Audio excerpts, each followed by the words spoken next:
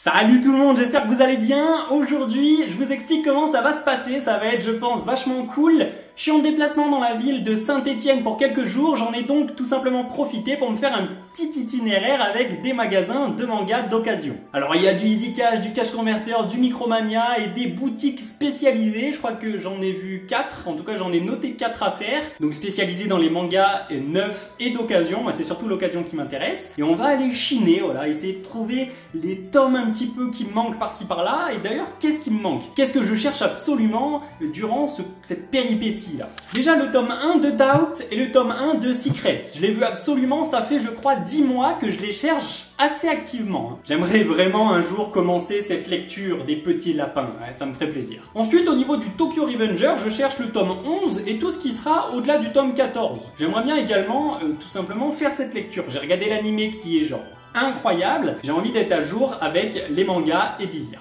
C'est la même chose pour Mashle. Actuellement, j'ai du tome 1 à 8 depuis déjà un sacré nombre de mois. J'aimerais bien être à jour, donc si je trouve d'occasion tout ce qui va après, je suis très preneur. Bon après tu t'en doutes, tout ce qui va être, par exemple One Punch Man, il m'en manque beaucoup, One Piece, si j'y trouve, j'y prends. Hein. Mais la carte Pokémon ultra rare, tu vois, le tome que je veux absolument durant cette péripétie, il n'y en a pas un, il y en a 4, c'est La Cité des Esclaves. Voilà. Actuellement j'ai du tome 1 à 6, comme tu peux le voir, et il me manque les 4 derniers. C'est une œuvre terminée en 10 tomes, et c'est pas que les tomes sont rares, parce qu'ils sont disponibles dans n'importe quelle boutique. Ce qui est rare, c'est les gens qui les lisent. Donc forcément, ça fait qu'il n'y en a pas énormément d'occasions à mon grand regret, et j'espère bien tomber dessus pour mon plus grand plaisir. Bon, pour les mangas c'est bien beau, mais récemment j'ai fêté mes 25 printemps.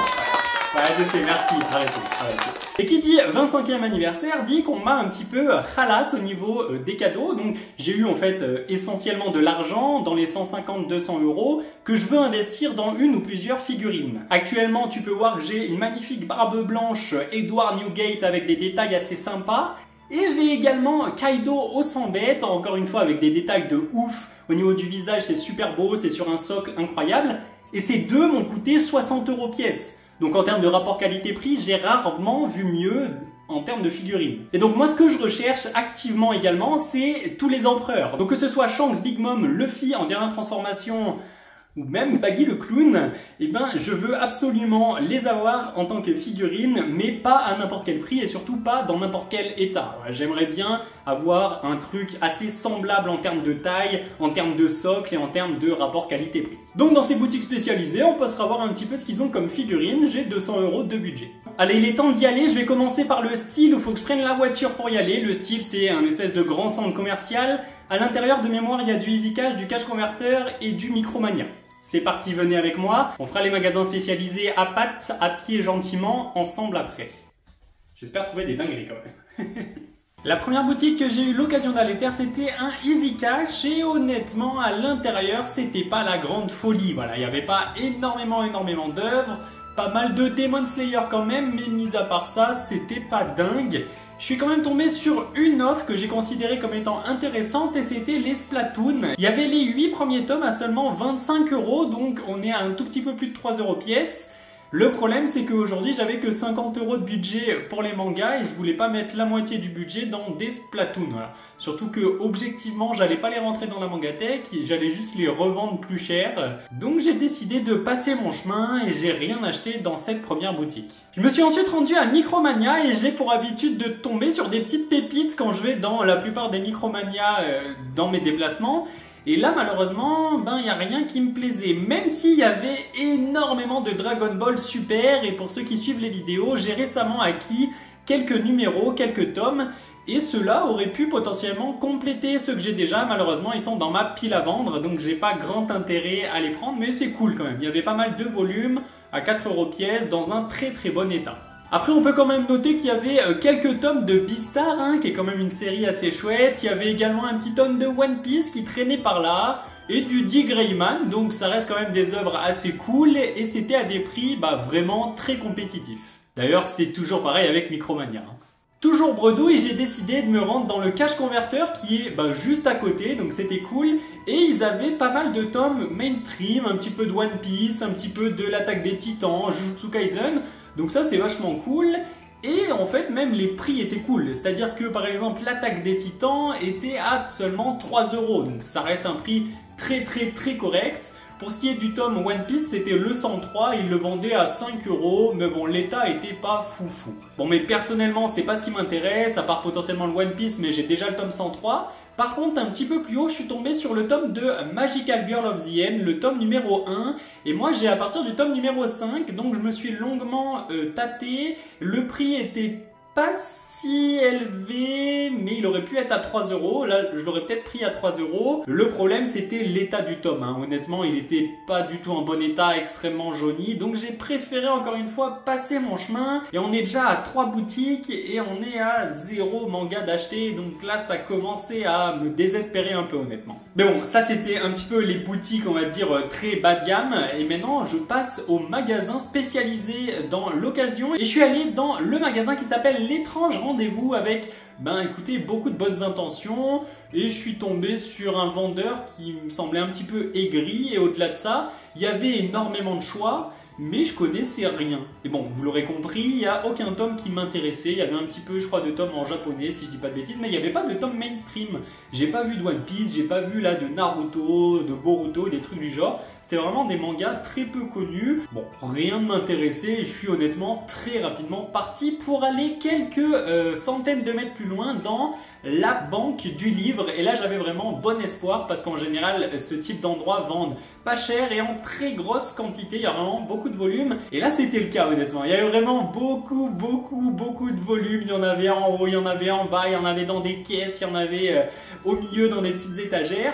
Le problème, c'est que en fait, la banque du livre, il récupère un petit peu tout et n'importe quoi. Et honnêtement, 80% des mangas, je connaissais même pas leur existence. Et à mon avis, ça vient pas du fait que c'est des mangas de niche, ça vient du fait que c'est des mangas qui sont pas bons. Enfin, après, je les ai pas lus, mais à mon avis, pour être si peu populaire, c'est bien qu'il doit y avoir une raison. Il y avait quand même, de mémoire, j'ai pas dû les filmer, mais du Blue Lock, qui était vendu 5 € unité, mais en état comme neuf. J'aurais pu me laisser tenter, il y avait pas mal de tomes, mais je vous l'ai dit, que 50 € de budget, et j'avais des tomes précis à chercher, donc j'ai préféré passer mon chemin. Bon, pas avec énormément de regrets, parce que je pense que les Blue Lock, je peux les avoir moins cher à l'avenir. Et j'ai pas perdu du tout mon courage, j'étais déterminé à avoir, je vous l'ai dit, des mangas, mais également des figurines. Donc je me suis rendu au Kamea Shop de Saint-Étienne et j'ai pris quelques claques dans la gueule, honnêtement. Voilà. Déjà, la façade est hyper stylée, et au-delà de ça, en rentrant, au début ça payait pas de mine. Il y avait des étagères, des vitrines à gauche et à droite, et je tombais sur des figurines pas forcément dingues, un peu plastifiées, même si pour une valeur de 30 €, il y avait quand même un petit Kenpachi Zaraki qui avait quelques détails et qui, pour le coup, en termes de rapport qualité-prix, je l'ai trouvé vachement intéressant. Mais c'était pas du tout ce que je recherchais, et puis j'ai découvert qu'il y avait une énorme salle au fond, et c'est là où se cachaient toutes les dingueries, à vrai dire. Je peux par exemple vous parler du dragon blanc aux yeux bleus qui avait une taille vraiment spectaculaire, et le prix était assez généreux. Alors je me rappelle plus exactement, je crois que je l'ai pas en vidéo, ça devait être dans les 150 €, mais vraiment très cool. Et juste en dessous, on avait une figurine assez intéressante de Monkey D. Luffy en Gear 4. Malheureusement, c'est pas ce que je recherche. Moi, je cherche sa dernière transformation, mais ça aurait également pu être peut-être intéressant. En termes de rapport qualité-prix, il était plutôt cool avec des détails assez affinés, surtout au niveau du visage. Si jamais je trouve pas de figurine alléchante en Gear 5, on va dire, je prendrai peut-être celle-là à l'avenir. Un peu plus loin, dans une autre vitrine, il y avait une magnifique figurine de Shanks. Vraiment belle, je crois 149 €. Le problème, c'est que derrière, il y avait sa fille, Utia. Je me rappelle plus son blaze. Je crois que c'est Utia. Et voilà, je cherche vraiment Shanks, moi, tout seul, mais concrètement, c'est ça que je recherche. Et ça m'aurait pas dérangé, en fait, de mettre 150 € dans cette figurine qui a vraiment des détails de ouf, avec un socle magnifique, s'il n'y avait pas sa fille derrière, parce que moi, je ne cherche que les empereurs et pas leur descendance. Ça m'intéressait pas. Et juste après, je suis tombé sur une figurine qui est pour moi la plus belle en termes de rapport qualité-prix que j'ai vu dans tout le magasin. Voilà. Elle coûtait dans les 150 €, le prix sera affiché il me semble sur la vidéo, et c'est Ascad Kid. Vraiment, pour moi, c'est la plus belle figurine que j'ai vue à 150 € de ma vie. Voilà, elle est magnifique avec des détails de fou. Le socle, on n'en parle tout simplement pas, il est juste incroyable. Non, franchement, si ça avait été un des empereurs, bah, j'aurais vraiment acheté immédiatement. Concrètement, c'est ce type de figurine que je recherche en termes de qualité et le prix me semblait vraiment correct. Et après avoir baissé mes yeux un petit peu plus bas, il y avait une figurine de Big Mom que je vois, je visualise et je réfléchis à l'acquérir depuis déjà longtemps. Parce que concrètement, elle ressemble plus ou moins à ce que j'attends d'une figurine, même si je la trouve un petit peu trop imposante, un petit peu trop grande par rapport aux deux que j'ai derrière moi. Mais d'un autre côté, je me dis c'est Big Mom, tu vois, même si elle est un petit peu plus grande et plus grande, et ben, est-ce que vraiment c'est dérangeant? Pas vraiment. Par contre, le prix il est un peu, parce que là on est aux alentours de 200 €. Et là, en fait, ce qui me dérange, c'est pas tant la figurine parce qu'elle est vraiment belle, mais le rapport qualité-prix. À 150 €, je pense que je l'aurais prise. À 200 €, ça commence à m'embêter financièrement là. Ça fait cher pour la qualité. Elle est de bonne qualité, hein, mais pour 150 € à mes yeux. Le rapport qualité-prix est très important. J'enchaîne avec une très grosse mention honorable. Concrètement, c'est exactement ce type de figurine que je recherche en qualité pour ce type de prix. C'est la robe Lucci à 85 €. Non mais franchement, elle a des détails de malade, la chevelure elle est vraiment dingue, le visage est fou, le socle est assez stylé. Non mais franchement, c'est ça que je recherche comme figurine moi. Ce prix là, il est parfait pour la qualité de la finition tout simplement. La taille est incroyable. S'il vous plaît, sortez-moi des figurines de Shanks comme ça. Parce que pour le moment, les figurines de Shanks, j'ai fait beaucoup de recherches. Globalement, elles sont pas ouf, hein. Big Mom, elles sont ultra chères. Et qu'est-ce qui me manque? Bon, Luffy après ça va, c'est juste que j'attends la perle rare. Mais concrètement, Luffy, il y en a des cools pour des prix abordables. Mais Shanks et Big Mom, faites des efforts, non? J'ai une deuxième mention honorable qui aurait pu être une figurine que potentiellement j'aurais acheté. C'est la Jinbei, voilà, à seulement 37 €. Elle a des détails de malade et ce qui est cool avec Jinbei, c'est que il y a vraiment pas besoin de faire des détails de fou au niveau du visage pour que ça rentre bien. Et c'est toute la difficulté qu'ils ont à faire dans les figurines, c'est les visages hein, qui sont très souvent mal faits parce qu'ils arrivent bien à faire les détails des vestes, des jeans, tout ça, les veines même. Mais le visage, je sais pas pourquoi, ils y arrivent très peu et sur Jinbei, c'est peu dérangeant. Donc vraiment pour ce prix-là, si tu aimes Jinbei et que tu cherches une figurine de lui, je peux que te la recommander. Personnellement, c'est pas ce que je recherche encore une fois. Et on passe maintenant à la figurine coup de cœur que j'ai eue dans ce magasin. Je l'avais déjà repéré sur un site, le site Manga Ako, et j'avais même hésité à l'acheter. Et là, c'est pas du tout du One Piece. Hein. Il s'agit d'une figurine de Berserk qui est vraiment incroyable dans son revêtement noir. Je la trouve juste somptueuse, surtout au niveau des détails, pour un prix de 100 €. On est à 100 € pour cette qualité, ouais. Donc là, en termes de rapport qualité-prix, ça pète tout à mes yeux, littéralement. Et j'en arrive donc à une problématique. Et j'hésite à l'heure actuelle avec cette figurine à 100 €, des détails de fou, on est sur du Berserk, ou la figurine de Big Mom à 200 €, assez imposante, mais ça c'est pas tant dérangeant, un petit peu moins de détails même si elle reste très stylée. Je fais quoi les gars? Qu'est-ce que vous ferez à ma place entre cette figurine de Berserk à 100 € et celle de Big Mom qui est quand même assez stylée hein, à 200 €? Aidez-moi dans les commentaires s'il vous plaît. Et on termine avec une résine qui était en vitrine, donc il y a quelques reflets, je suis désolé pour l'image rendue, mais c'est mon goal ultime, j'espère un jour l'avoir en ma possession, c'est la Tsume de Full Metal Alchemist. Et ensuite, je suis allé faire un autre magasin, il est incroyable, il est super connu, il s'appelle Abonne-toi, like et commente la vidéo. S'il te plaît, fais-le s'il te plaît, pour le référencement. Allez, prochaine boutique. Bon, jusque là, j'ai rien trouvé. Tous mes espoirs reposent sur Paris-Tokyo, la dernière boutique de la journée. Alors la première chose qu'on peut noter, c'est qu'il y a vraiment énormément de mangas d'occasion et vous pouvez voir d'ailleurs très rapidement que je trouve un Dragon Ball édition pastel à seulement 4 €. On peut également noter qu'il y avait du Mirai Nikki qui est également une œuvre assez connue et en général de toute manière il y a vraiment beaucoup d'œuvres. Mais la première chose que j'ai vue de très intéressante, c'est enfin le tome 1 de Doubt que je cherchais depuis vraiment très longtemps. Ça, je suis très content. Et au niveau du prix, on est à 4,50 €. Donc là, un tout petit peu plus cher que les 4 €. Des autres tomes, j'ai pas trop compris pourquoi. Parce que j'ai regardé, les autres Doubt étaient à 4 €. Après, plein d'autres choses. Hein, du Solitaire, Inazuma Eleven. Plein d'autres tomes également en dessous.